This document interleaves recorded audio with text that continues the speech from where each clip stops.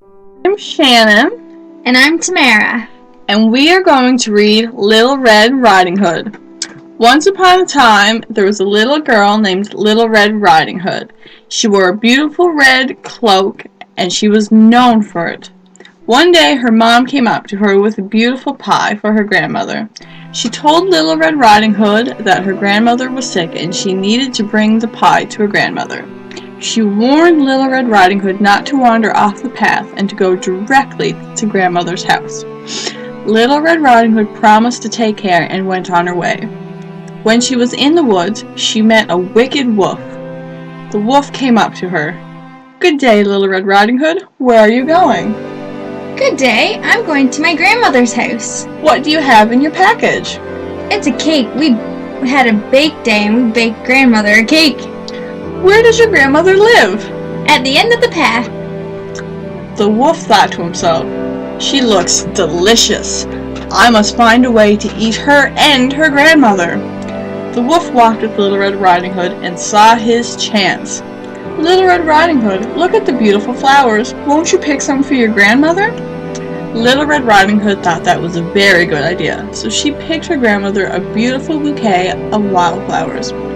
Meanwhile, the wicked wolf ran to the grandmother's and knocked on the door. "Who is it?"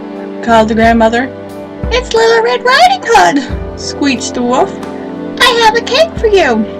"Come in, the latch is unlocked."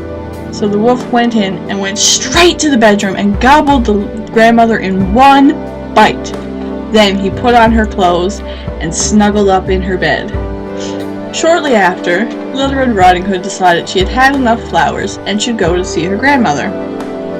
She walked all the way down the path and noticed that the cottage door was open.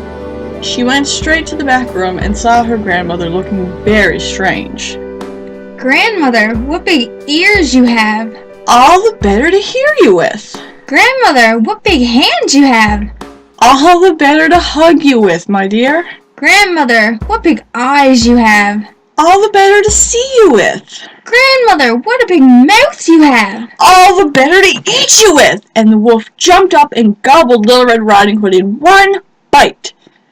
Then the wolf felt very full and decided to lay down for a nap, and he began to snore horribly.